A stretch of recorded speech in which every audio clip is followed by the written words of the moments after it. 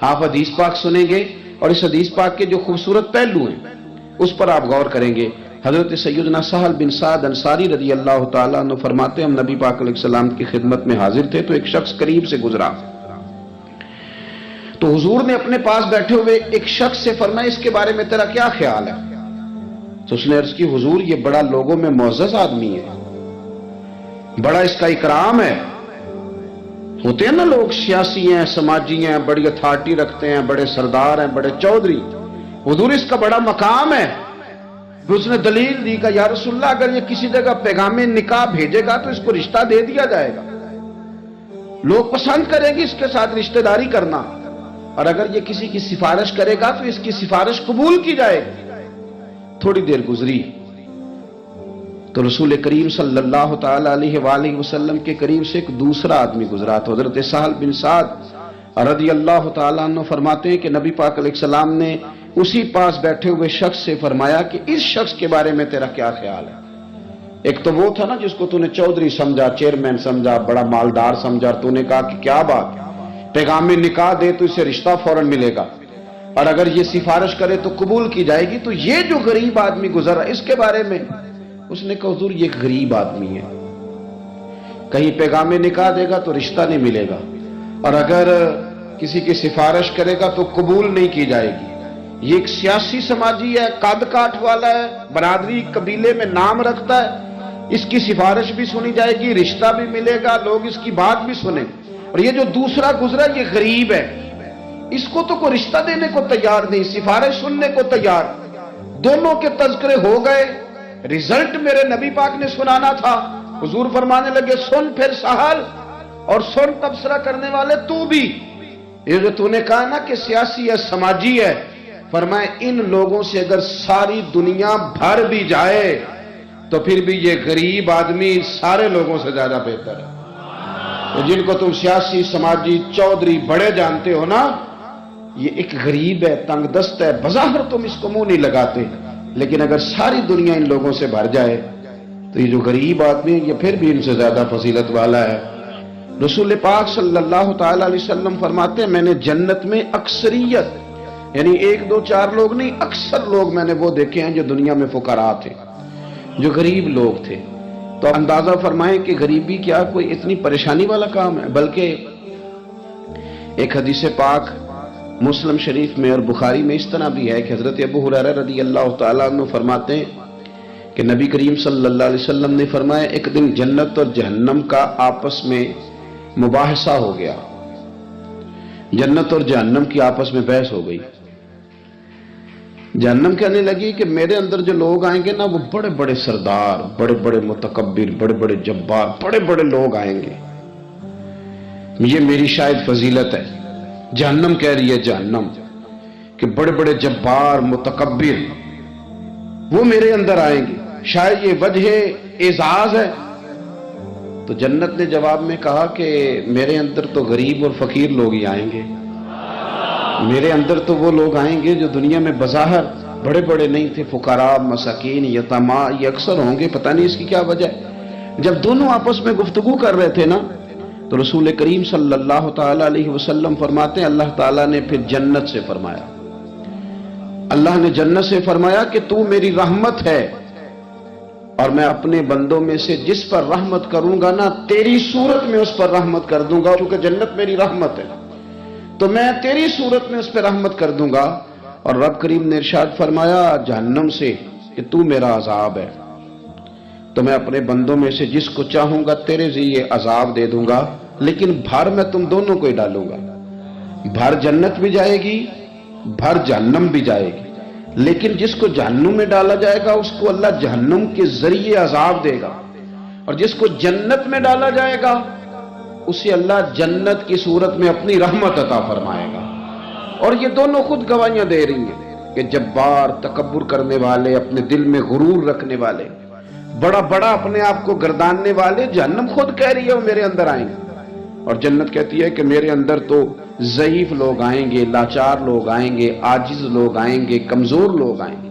ہمیں یہ دیکھنا ہے کہ کیا ہمارا وہ لوگ بننے کا شوق ہے کہ جن کے جناب بڑے لاؤ لشکر ہیں، جن کے بڑے پروٹوکول ہیں، جن کی بڑی بات ہے، اور جو غرور کے طور پر وہ ہمیں بننا ہے یا ہمیں وہ غریب اور لاچار بننا ہے کہ جن پہ اللہ جنت کی صورت میں رحمت نازل فرما دے گا؟ شوق بڑا ہے لوگوں کو. آپ یقین کریں کہ کچھ لوگوں کو سادی گاڑی میں مزہ ہی نہیں آتا جب تک 4-5 موٹر سائیکل آگے پیچھے نہ ہو. لوگوں کو اتنی دیر تک لطف ہی نہیں آتا جتنی دیر تک 15-20 لوگ ان کے پروٹوکول کے لیے موجود نہ ہوں.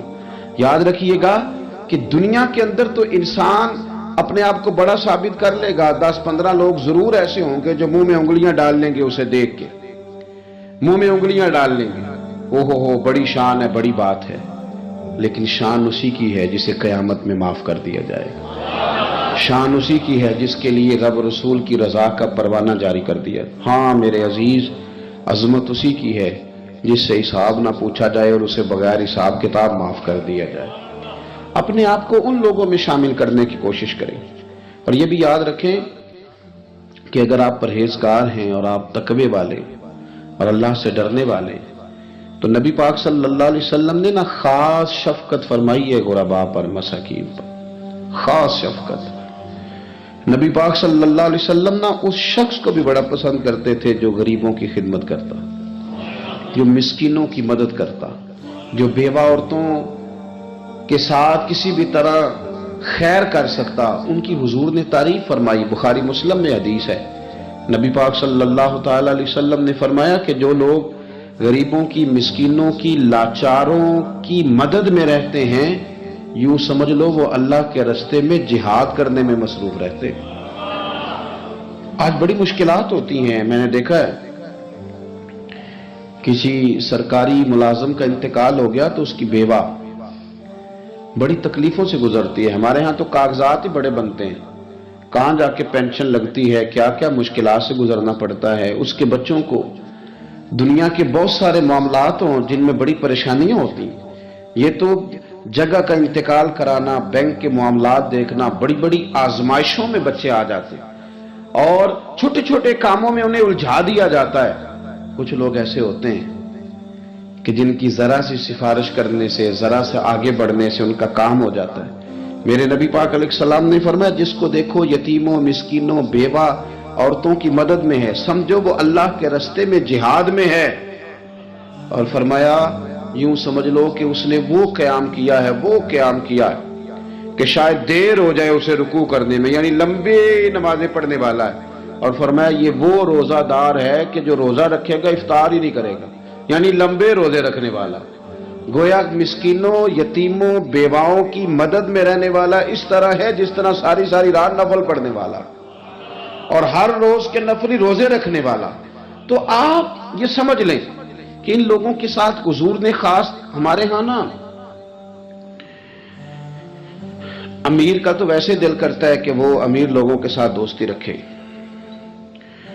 ان کے تو ویسے ہی بڑے مسئلے ہیں بیچاروں کے, انہوں نے اپنے کام نکلوانے ہوتے ہیں. تاجروں کو کچھ سیاستدانوں سے ربط رکھنا پڑتا ہے, بڑے بڑے مسئلے ہیں, بڑے بڑے مسائل ہیں, بڑے بڑے لوگوں سے لوگوں نے رابطے رکھے ہوتے ہیں کہ دنیا میں اگر کوئی کام پڑ گیا, کوئی مشکل آ گئی تو ہم ذرا فٹافٹ ان سے بات کر لیں گے. یہ تو معاملہ اپنی جگہ پہ قائم ہے کہ تاجر نے, سیاستدان نے, بڑے لوگوں نے بڑے لوگوں سے ربط بنائے. لیکن اب کمزوری اس طرح کی آتی جا رہی ہے کہ غریب بھی غریب سے دوستی نہیں کرتا. غریب بھی ڈھونڈتا پھرتا ہے کہ کوئی امیر آدمی ملے, کوئی تگڑا آدمی ملے. وہ بھی منت کر کے فوٹو کھچوائے گا تو کھچوائے گا کسی رئیس کے ساتھ. غریب بھی پسند نہیں کرتے کہ ہم غرباء کے ساتھ پیار کریں.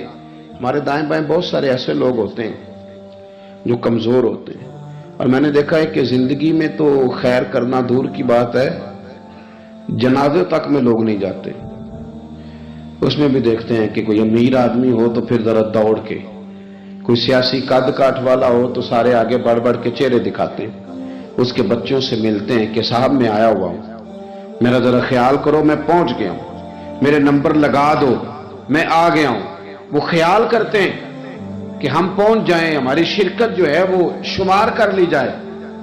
تو میرے عزیز, اکثریت ہم نے یہ دیکھا ہے کہ غریب کی تو نماز جنازہ کا مسئلہ آ جائے نا غریب کی, تو جو کہ سادہ آدمی ہے, کوئی سیاسی سماجی کاٹ تو جنازے تک لوگ خیال نہیں کرتے حالانکہ میرے نبی پاک علیہ السلام نے تو فرمایا جنازہ ایک مسلمان کا دوسرے مسلمان پر حق ہے، اس میں کوئی آپ کا سماجی رابطہ ہونا ضروری نہیں، کوئی سیاسی قد کاٹ ہونا ضروری نہیں، یہ تو ایک مسلمان کا دوسرے مسلمان پر حق ہے، اور حق اچھے طریقے سے ادا کرنے کی کوشش کرنا چاہیے۔ حدیث پاک سنی، حضرت ابو امامہ بن سہل بن حنیف رضی اللہ تعالیٰ عنہ حدیث کے راوی ہیں۔ اس حدیث کو امام نسائی رحمۃ اللہ تعالیٰ علیہ نے نقل کیا ہے۔ ارشاد فرماتے ہیں کہ اطراف مدینہ کے گاؤں میں سے ایک عورت بیمار ہو گئی۔ مدینہ کے ارد گرد گاؤں تھے، ان میں سے ایک عورت بیمار ہو گئی، بڑی مفلس تھی، غریب عورت تھی۔ تو نبی پاک صلی اللہ علیہ وسلم نہ اکثر اس کے بارے میں دریافت کرتے کہ بتاؤ اس بوڑھی اماں کا کیا حال ہے۔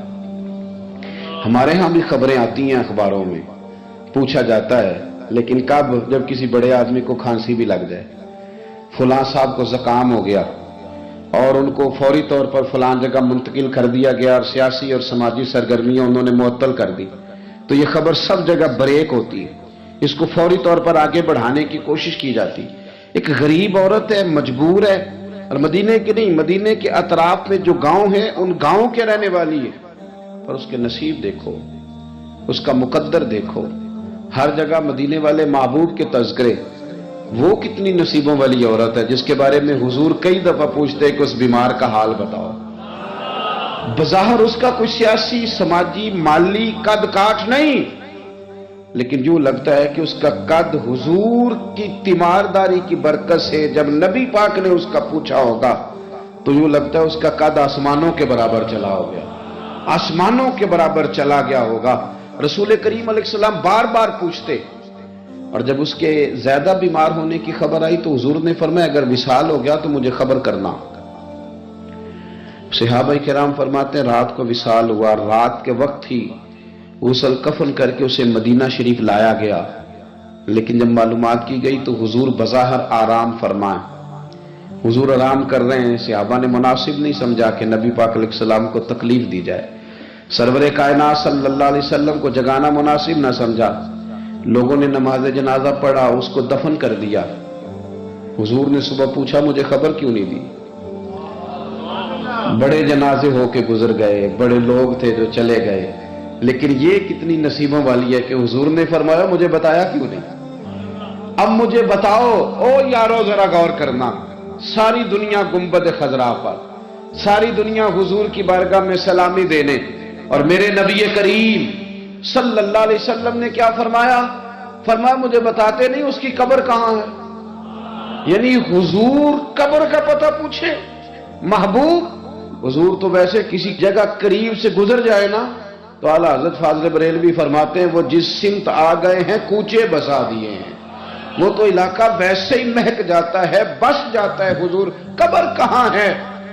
اس کا کوئی سیاسی قد کاٹ ہے؟ یہ کوئی بہت بڑے قبیلے کی ہے؟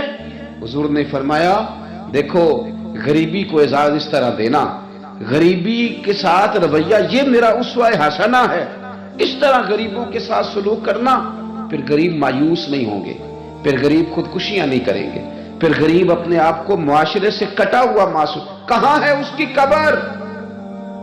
یا رسول اللہ اس قبرستان میں یہ قبر ہے، یہ میرے نبی پاک کا اعزاز ہے، یہ حضور کا اعزاز ہے۔ ویسے تو دوسرا جنازہ جائز نہیں، اگر وارث جنازہ نہ پڑھے تو پھر دوسرا جنازہ پڑھا جا سکتا ہے، لیکن حضور تو وارث ہے نا اپنی ساری امت کے۔ تو نبی پاک قبر پہ کھڑے ہوئے، فرمایا بناؤ صفے، میں دوبارہ جنازہ پڑھانا چاہتا ہوں۔ ایک دیہات میں رہنے والی مفلس عورت، ایک دیہات میں رہنے والی غریب عورت، وہ بی بی کہ جس کا کوئی بظاہر لمبا چوڑا نام نہیں، کوئی بڑے القابات سے پکارا نہیں جاتا، حضور نے 4 تکبیروں کے ساتھ امام نسائی نے لکھا ہے دوبارہ جنازہ پڑھا ہے، اور لوگوں کو بتایا کہ اس طرح کر کے اگر تم غریبی سے پیار کرو گے نا، ان کی مہک نے دل کے غنچے کھلا دیے ہیں، وہ جس راہ چل دیے ہیں کوچے بسا دیے ہیں۔ اور کیا خوبصورت انداز ہے فاضل بریلوی کا، کہنے لگے کہ میں مجرم ہوا کا مجھے ساتھ لے لو، کہ رستے میں ہیں جا بجا تھانے والے۔ حضور آپ مہربانی کریں، ایک دفعہ تشریف لائیں، میرا بازو پکڑ کے مجھے گزار دیں۔ وہ کتنی نصیبوں والی ہے کہ بن بلائے ہی محبوب اس کی قبر پہ پہنچ گئے ہیں۔ آپ جب تھوڑا تھوڑا نا، زیادہ نہیں تو اپنے ملازمین کے ساتھ ہی، زیادہ نہیں تو جو آپ کے تحت لوگ ہیں ان کے ساتھ ہی ہمارا رویہ ٹھیک ہو جائے۔ ایک صحابی نے ایک دفعہ پوچھ ہی لیا کہ یا رسول اللہ صلی اللہ علیہ وسلم، میرا ملازم بڑی ہی غلطیاں کرتا ہے، میرا غلام بڑی غلطیاں کرتا ہے، تو کتنی کو دفعہ معاف کروں؟ کتنی کو غلطیاں ایک دن میں کو کر سکتا ہے؟ 2 دفعہ کر لے گا، 3 دفعہ بھول جائے گا۔ سوال پوچھا نا کہ یا رسول اللہ صلی اللہ علیہ وسلم، میرا غلام بڑی غلطیاں کرتا ہے تو کتنی دفعہ معاف کروں؟ تو نبی پاک علیہ السلام نے فرمایا اگر تو نے گنتی کر کے گویا پوچھا ہے تو چلو تجھے اسی طرح ہی بتا دیتے ہیں، حضور کتنی دفعہ معاف کروں؟ فرمایا چل ایک دن میں 70 بار تو معاف کیا ہی کرنا۔ حالانکہ 70 غلطیوں کو دن میں نہیں کر سکتا، کر نہیں سکتا، اس نے شمار کر آخر کتنی کو دفعہ معاف کروں؟ نبی پاک صلی اللہ علیہ وسلم نے فرمایا 70 دفعہ تو معاف کر ہی دیا کر۔ 70۔ حضرت ابو مسعود رضی اللہ تعالیٰ عنہ فرماتے مجھے کسی بات پہ غصہ تھا اور میں اپنے غلام کو مار رہا تھا، پیٹ رہا تھا، اور بار بار میں اس پر سختی کر رہا تھا۔ دور سے حضور نے دیکھا اور آوازیں دی، قریب جب حضور پہنچ گئے تو نبی پاک علیہ الصلوۃ والسلام نے ایک جملہ کہا، فرماتے ہیں پھر دوبارہ میں نے کبھی اپنے غلام پہ ہاتھ نہیں اٹھایا۔ اللہ کے رسول فرمانے لگے جتنا تجھے اس پر اختیار ہے نا، میرے رب کو اس سے کئی گنا بڑھ کے تیرے اوپر اختیار ہے۔ اگر آج اللہ تعالیٰ نے یہ تقسیم کر دی ہے کہ کسی کو تمہارا ملازم بنا دیا ہے، کسی کو تمہارے ماتحت کر دیا ہے، تو اس کا معنی یہ تو نہیں کہ تم اب اس سے پیار کرنا چھوڑ دو، اس پر شفقت کرنا چھوڑ دو۔ رسول کریم صلی اللہ تعالیٰ علیہ وآلہ وسلم نے ارشاد فرمایا کہ جتنا اختیار تمہیں اس پر ہے نا، اس سے کہیں بڑھ کر، اس سے کہیں بڑھ کر اللہ تعالیٰ کو تم پر اختیار ہے۔ مالدار لوگ توجہ کریں، میری بات پر غور کریں۔ اللہ نے مالداروں کو جو دیا ہے تو ان کی محنت کی وجہ سے نہیں دیا، محنت مزدور تم سے بڑھ کے کرتا ہے، اوور ٹائم لگاتا ہے، خدا نے نا اپنے فضل سے دیا ہے۔ میرے ایک بزرگ دوست ہیں، سادے آدمی ہیں، تو ان کی ایک بات میرے نا دل میں بیٹھ گئی۔ سادے لوگوں کی بات ہے، سادی سی، میں کوئی یہ نہیں آپ کو کہہ رہا کہ یہ کوئی قرآن و سنت کا معاملہ ہے، لیکن ہمارے جو سادے لوگ ہوتے ہیں نا دیہات کے، کئی دفعہ وہ سبق بڑا عمدہ پڑھاتے ہیں۔ تو کسی شخص کے ساتھ ان کا کوئی تھوڑا بہت اس کے ساتھ مدد کا رشتہ تھا، اس سے کچھ پیار کرتے تھے، تو کسی وجہ سے ناراضگی ہو گئی تو کسی نے ان سے کہا کہ اب چھوڑ دیں، آپ کا اس نے اتنا دل دکھایا۔ تو کہنے لگے نہیں میں چھوڑوں گا نہیں، میں دیتا رہوں گا۔ کیوں؟ کہنے لگے اس لیے کہ میرے دل میں بات بیٹھ گئی ہے کہ پتہ نہیں اللہ کدے نصیبہ نہ دیندا ہے، تو یہاں سے کوئی کھا جائے، کسی کی مدد ہو جائے۔ آپ کے ہاں اگر ماتحت کچھ لوگ ہیں، آپ کو کسی کی مدد کرنی پڑتی، تو اگر آپ کا یہ ذہن بن گیا نا کہ میں صاحب ہوں اور میں انہیں دیتا ہوں اور میری وجہ سے کام چلتا ہے اور میری تنخواہ سے چولہا جلتا ہے، تو آپ نے بڑی چھوٹی سوچ پیدا کر لی ہے، اب کمزور ہو گئے۔ اگر آپ نے یہ سوچ لیا نا کہ میں کسی کو اپنے آفس سے، اپنی مل سے نکال دوں گا تو شاید اسے کہیں اور نوکری نہیں ملے گی، تو آپ چھوٹے آدمی ہیں، آپ نے کمزور سوچ رکھی۔ حدیث پاک سنیں گے تو دل ٹھنڈا ہوگا۔ اسے بھی امام بخاری نے لکھا ہے، حضرت مصعب بن سعد رضی اللہ تعالیٰ عنہ روایت کرتے ہیں کہ ایک مرتبہ نا حضرت سعد بن ابی وقاص رضی اللہ تعالیٰ عنہ کے دل میں خیال آیا، مالدار آدمی تھے نا حضرت سعد بن ابی وقاص اور بڑے جرنیل تھے، تو دل میں خیال آیا کہ دیکھو نا اللہ تعالیٰ نے ہمیں غریبوں پر فضیلت دے دی ہے مال و دولت کی وجہ سے۔ خیال آ جاتا ہے نا کہ دیکھو جی مطلب میرے پاس پیسے ہیں، مجھے اللہ نے دیا ہوا ہے، خیال آ گیا۔ حضرت مصعب بن سعد رضی اللہ تعالیٰ عنہ فرماتے ہیں ان کے دل میں خیال آیا، دل میں خیال آیا کہ دیکھو اللہ نے پھر ہمیں فضیلت والا بنایا، تو اسی لیے اللہ نے ہمیں پیسے دیے نا، اللہ نے ہمیں کچھ بنایا تو پھر ہی اللہ نے دولت زیادہ دی ہے نا۔ تو فرماتے ہیں نبی کریم صلی اللہ تعالی علیہ وسلم نے ان سے فرمایا یاد رکھو تمہیں نا تمہارے کمزور اور غریب لوگوں کے وسیلے کی وجہ سے روزی دی جاتی ہے۔ تمہیں امیروں تمہیں جو نوازا جاتا ہے نا تو یہ غریبوں کے صدقے، ضعیفوں کے صدقے، کمزوروں کے صدقے، یہ ان غریبوں کے صدقے تمہیں نوازا جاتا ہے اور پھر تمہارے ذمہ لگایا جاتا ہے کہ تم نے زکوٰۃ دینی ہے، تم نے صدقات دینے ہیں، تم نے ان پر خرچ کرنا ہے، تمہیں ان کے صدقے مل رہا ہے، ان کے صدقے۔ ایک سوچ یہ ہے کہ اللہ نے مجھے مال دیا تو کسی وجہ سے دیا ہے، اور ایک سوچ یہ ہے کہ میری فیکٹری میں پتہ نہیں کون سا غریب لوگ ہے جس کی وجہ سے فیکٹری چل رہی ہے، ایک سوچ یہ ہے کہ پتہ نہیں میرے آفس میں کون سا ایسا شخص ہے جس کی وجہ سے نظام چل رہا ہے، اور ایک سوچ یہ ہے کہ میں جاگیردار ہوں تو پتہ نہیں کون سا کسان ہے جو میرے پاس کام کرتا ہے تو اس کی وجہ سے اللہ مجھے بھی روزی دیتا ہے۔ نبی پاک صلی اللہ علیہ وسلم نے امیروں کو یہ سوچ بنانے کا کہا کہ یہ سوچ بناؤ کہ ہمیں رب جو دیتا ہے وہ کمزوروں کے صدقے دیتا ہے، وہ غریبوں کے صدقے دیتا ہے۔ اگر یہ ذہن بن جائے، دیکھیں نا، یہ کاریگر ہے اور یہ اچھا نظام چلانے والا ہے، ایڈمنسٹریٹر بہت اچھا ہے، مینیجر بڑا اچھا ہے، یہ نکل گیا تو خرابی ہوگی۔ ایک ذہن یہ ہے، اور اگر ذہن یہ بن جائے کہ یہ بندہ غریب ہے، یہ مجبور ہے، یہ تنگ دست ہے، اس کے چھوٹے چھوٹے بچے ہیں اور مجھ سے تنخواہ لے کے جاتا ہے تو اس کا کام چلتا ہے، اگر یہ چھوڑ کے چلا گیا نا تو ہو سکتا ہے جو اس کے ذریعے رزق آتا ہے وہ نہ آئے۔ اگر یہ ذہن سازی بنے تو پھر میرا خیال ہے کوئی بھی امیر آدمی کسی غریب کو رسوا نہیں کرے گا، پھر کوئی بھی کسی کے لیے اس طرح کے لفظ ادا نہیں کرے گا کہ جس کے اس کی عزت نفس مجروح ہو۔ ہم اگر یہ تھوڑا تھوڑا کر کے رویہ اپنے دلوں کے اندر پیدا کرنا شروع کر دیں اور تھوڑی تھوڑی محبت کو بڑھانے لگیں تو آہستہ آہستہ ہمیں محسوس ہوگا کہ ہم کوئی ظرف کو اونچا لے گئے ہیں، ہمارے دلوں کو اللہ نے نرم کر دیا ہے۔ ہمارے ہاں نا سوسائٹی میں کچھ سیاسی سماجی لوگ ہیں جن کی سفارش چلتی ہے، جو نامی گرامی ہوتے ہیں، جو علاقے کے معروف لوگ ہوتے ہیں، جو اشراف اپنے آپ کو سمجھتے ہیں، قبیلوں کا بڑا جانتے ہیں۔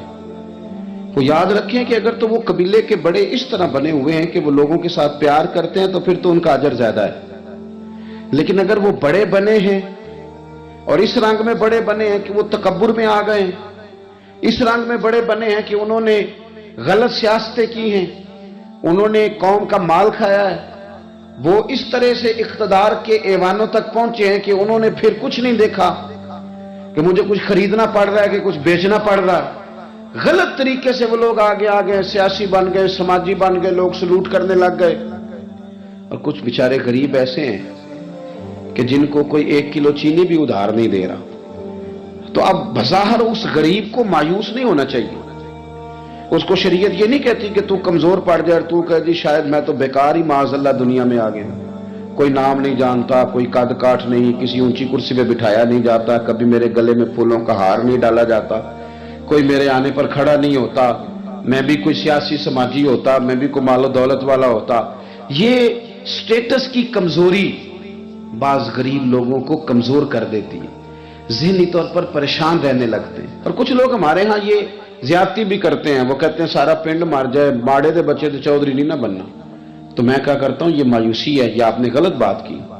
یہ تو اللہ کے نظام قدرت میں بات ہے، رب جب چاہے جس کو چاہے جہاں چاہے اپنے فضل سے پہنچا دے۔